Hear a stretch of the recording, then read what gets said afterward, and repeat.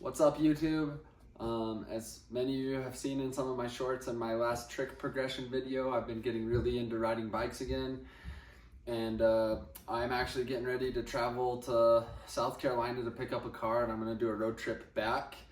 And I thought, well, since I'm tearing my bike down, I might as well do a bike check / we're gonna be more of a review because this bike comes complete, so there's not that much like parts to really dive in for bike check, but I want to do a review on how the complete Jason Watts volume and demolition parts pro model bike is, because it's pretty much the exact bike that Jason Watts rides from what I understand and have seen, and I've been riding it. And so yeah, as I tear it apart, we'll probably start at the front end with the bars and just work our way through it. And I will tell you about everything that I think about the bike so far, and then I will pack it up, and then I'll probably show some clips of me riding this bike, and you guys can judge to decide if my review is, if I know what I'm talking about, don't know what I'm talking about. But yeah, so let's go ahead and dive right into it. All right, everybody, sorry about that. I had to run to the bike shop because I couldn't get enough torque with my Allen wrench. I snapped an Allen key. Getting it taken apart was a nightmare, but I have it all taken apart. So we're gonna go ahead and just go part for part. And yeah, and I'm gonna talk about each part and what I like, don't like about it until the bike check is complete. So we'll start with the bars. These are the full chrome alloy Smoko bars, Jason Watts Pro bar with volume or demolition. Oh, I think it's a volume. I don't know, volume and demolition are the same company though, pretty much. So this is the Smoko Jason Watts bar. On the website, it says it comes in 9.25, and I believe 9.5.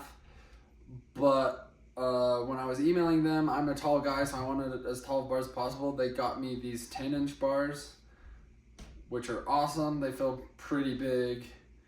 And it came with a top load stem. I don't have the stem with me. It felt kind of, I'm a really big dude, and I just wanted something that felt a little more solid and meaty, so I swapped it out for the S&M Challenger stem. The stem was still really good. It was really light, but a buddy of mine wanted it, so I sold it and then got this Challenger stem. So this is the only thing that didn't come complete on the bike, is the Challenger stem, which I'll probably talk about that later, but I love S&M parts, and the Challenger stem it's a cult classic for a reason. And then it has these demolition grips. They're really awesome. They remind me of some of the ODI grips I used to ride that were growing up. And yeah, so really good bars. They were really wide. They're 30 inches wide. And for bar spins and stuff, I don't love a super, super wide bar. So I think I cut an inch off of each end. And that might have been a little too much, so it feels like my hands are kind of a little in too far, but that's my fault. I think the way the bars come out of the box are really good. Super solid handlebar, nothing to complain. The geometry is a little different than I'm used to. I don't have the exact specs, but yeah, it's a good handlebar. So now we'll go ahead and move on over to the forks. This is the Smoko fork. Similar to the bars, really good, really high quality. You can tell that it's full heat-treated chrome alloy. Feels very premium in your hand. I don't love the offset. I'm used to a traditional 32 or 33 millimeter offset fork. These ones are 28, and I think I could get used to them, but the balance of the bike having a longer back end, like a more trail style geometry frame, with kind of a twitchier, only 28 millimeters isn't very long offset fork, kind of something about it just feels unbalanced, if that makes sense. But that's the way like Chris Fox and Jason Watts ride their frames and forks. It works for them, so maybe I just need to spend more time on it. It's good. I don't have any problems with it, but I do think I would prefer a slightly different geometry. But quality is super good. Haven't had any issues with it. Super strong. I've cased lots of things, no bending, no nothing. So that's the fork, super solid. And now we'll go ahead and go to the front wheel now. These Demolition Zero rims are really strong. They are a little heavier than some of the competition, but I think they've got to be one of, if not the strongest rims that I've ever ridden.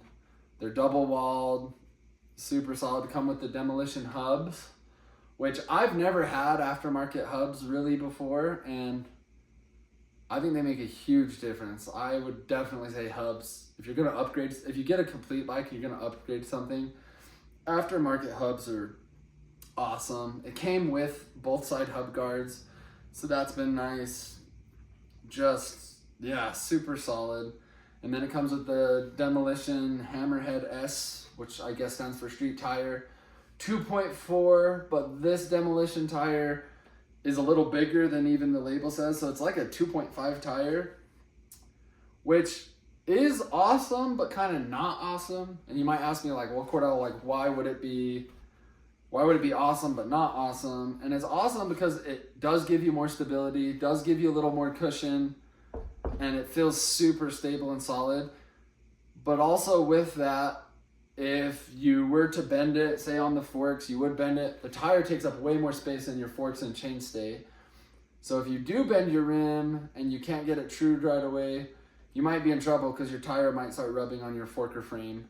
That's one reason why I think there is such thing as too fat of tires. Another reason is they do feel a little slow when you're pumping transitions or ramps because they have way more contact surface on the ground. So that's one of the reasons it feels more stable, but that's also one of the reasons why it's going to feel a little slower and sluggish.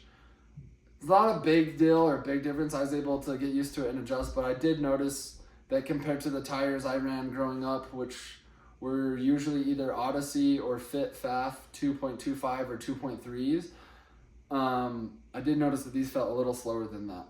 And I'm also a lot heavier than when I quit riding when I was younger, so maybe that's part of it too.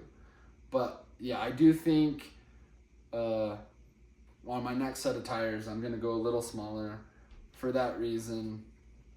But yeah, great front wheel.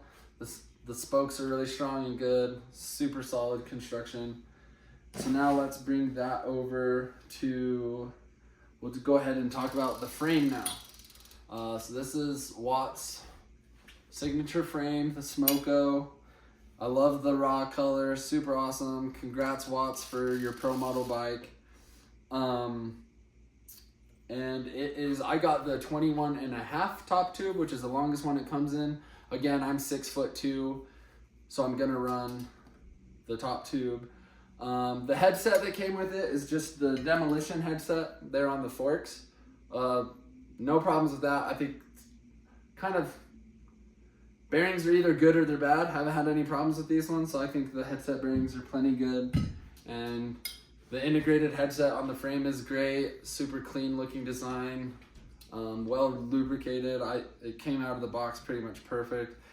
The one thing, and this isn't like a problem, this is just something I noticed, is I thought because Watts rides everything, and he rides bowls and transitions, and he rides street, and I've seen him ride trails, I thought his geometry was going to be more well-rounded, but this is pretty trail-specific geometry or large transition geometry, which obviously makes sense because he loves to blast a big bowl. But it's nice. It's got the chain tensioners there so you can tighten your chain. But the back end on this thing is way longer than what I'm used to. I think I'm used to riding like a 13.5 chainstay, just pretty much average. I grew up riding premium frames and I had a McNeil frame and Haros and stuff like that. But it says 13.8 slammed if the chain's all the way in there, but once you tighten the chain and pull it back, you're looking at being like minimum 14, probably 14.25 is probably on average what this chainstay is going to run from center of the axle to center of the crank is probably going to be 14 to 14.5 depending, which is pretty slack. And it has a really low bottom bracket, which I've never experienced before. I'm used to riding like 11.7 to maybe 11.5 bottom brackets, which is kind of the standard. This is 11.4. So again, for bigger jumps, bowls, trails, awesome. Your center of gravity is lower to the ground, feels really stable, feels like you're gripped and locked in and can carve berms and stuff really well. But I don't do a lot of grinding, but I did notice on some of my grinds, the bottom bracket did catch on the ledge because I think the bottom bracket is just so low that it's kind of easy to hang up on. So I think, me personally, I'd probably prefer a bottom bracket at like 11.5 or 11.6. 11.7, which is used to be like the standard, kind of seems high to me, but there's a lot of great bikes that do 11.7, so I might end up with that on my next build. But that's the frame, super solid. It has this cool oval down tube, which I guess makes it stronger, but it feels really cool in the hand. It's not the lightest bike I've had, but it is definitely the most quality and probably strongest feeling bike that I have. And yeah, that's great. And let's move on down to the seat. This is just the Demolition Pivotal Brown Slim seat. Not a whole lot of padding, but there is some padding there. Super nice. I think for me personally, because I've been trying to learn, well, I've landed a few toes, but I've been dialing them in and learning, and I've slipped a lot of pedals and taken the gooch to the saddle pretty hard. I think for me personally, I'm gonna swap out the seat and prefer to ride something more squishy and plush, just because it is kind of nice to have something for your butt to land on when it doesn't work out. And then it's got a nice chrome pivotal seat post. No complaints really with the seat. I just would rather more padding for me. But if you watch Jason's riding, he's dialed in, so he doesn't slip pedals and he doesn't need that much. And I understand watching some of the tricks he does why he wants low profile, slim and out of the way. Now let's move on to the cranks. Those are the Demolition Revolt cranks. Probably the best cranks I've ever had.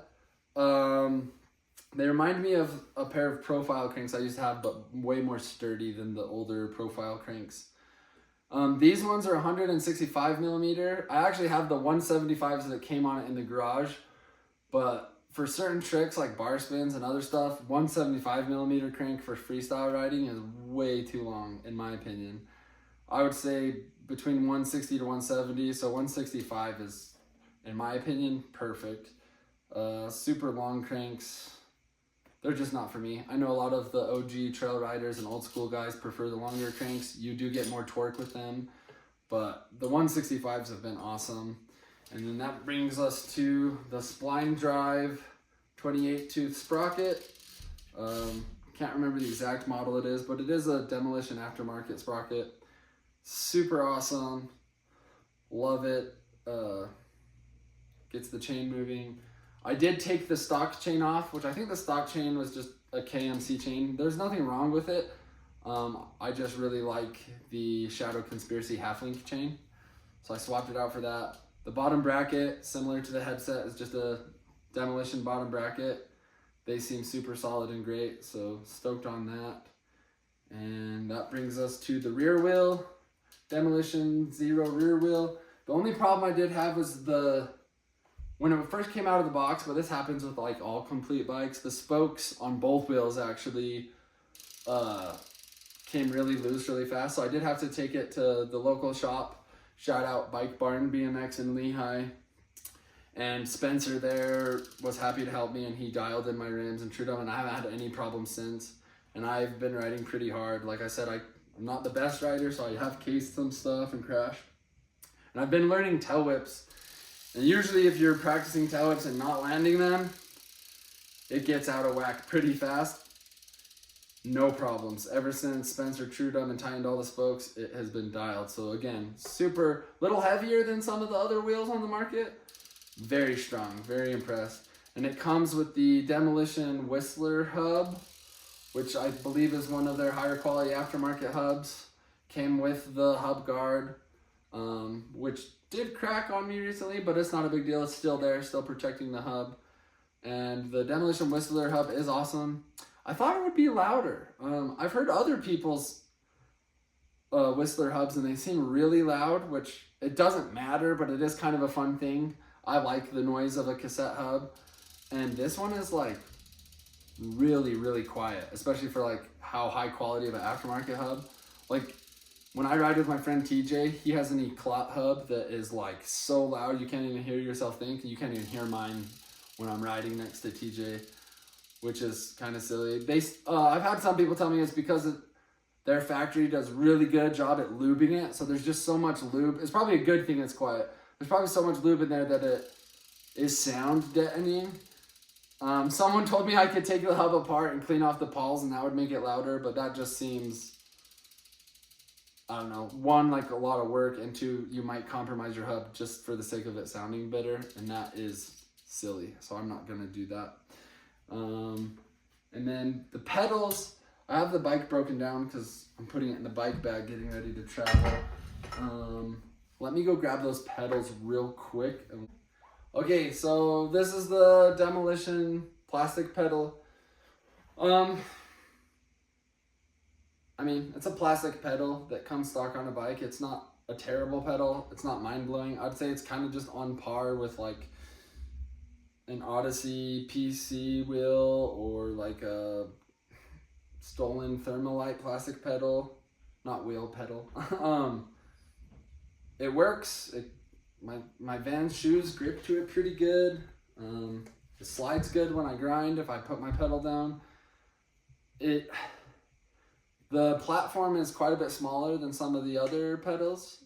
Like I am working on a super sick new secret build, and I think I'm gonna do the Odyssey Grandstand or the Colt Dakota Roach pedals. I think is more what I'm going to be leaning towards because they have a bigger platform. These ones are pretty small, or at least on the smaller side of things. Kind of like the old school Odyssey Twisted PC pedals. Yeah, but I wasn't a super big fan of them, so I swapped them out. When I rebuild my bike, I'm going to be throwing on a pair of Haro SD plastic pedals because those are a bigger platform and thinner pedal. I think they just look and feel a little better. But that's pretty much it. That's the whole bike. That's all broken down. And for pegs, it didn't come with any pegs. For pegs, I just put on some random plastic sleeve premium brand pegs that I had lying around. I mean, pegs are pegs. They slide and you can do fun tricks on them. But the bike itself and how it came, lots of good feedback on it. I think the quality for this bike, for the price, I paid $1,300 for it. Everything on it is aftermarket, so it's pretty much a custom bike, but kind of a generic custom bike. So obviously Demolition and Volume are sister brands, so everything comes from that distribution center. But I was just getting back into it, and I wanted something really high quality, but I didn't want to go pay $1,800 to $2,000 to do like a fully custom build. I just wanted something quality that ride and not break, and it has totally fulfilled that. I didn't know or understand a whole lot about geometry and how different lengths and different tubes could feel on a bike. And so that's why I'm paying the price. Education costs money, I guess, so now I'm kind of rebuilding a more custom thing that I think is going to be dialed into more my specific needs.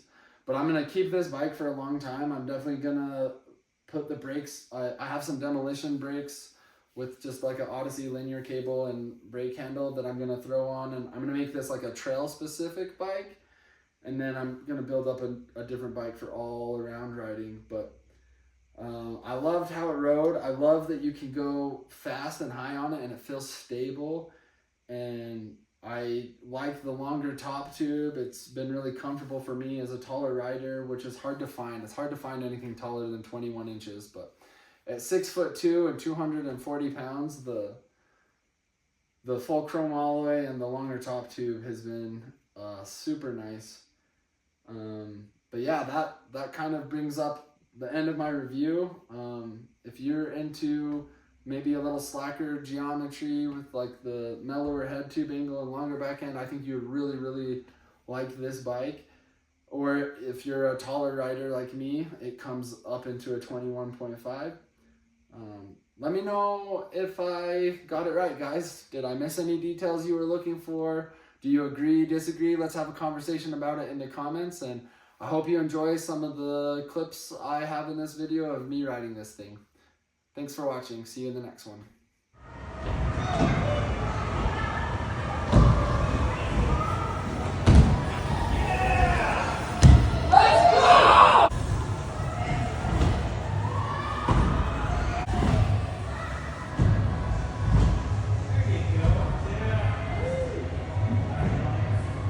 Yep.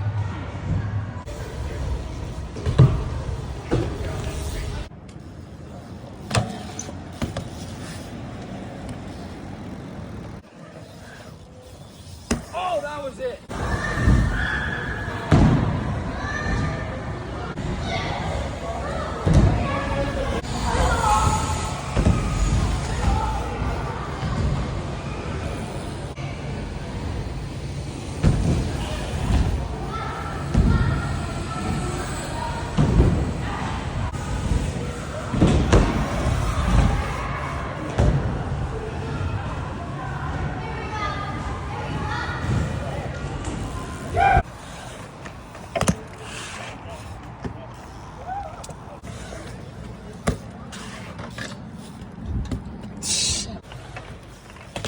Yes.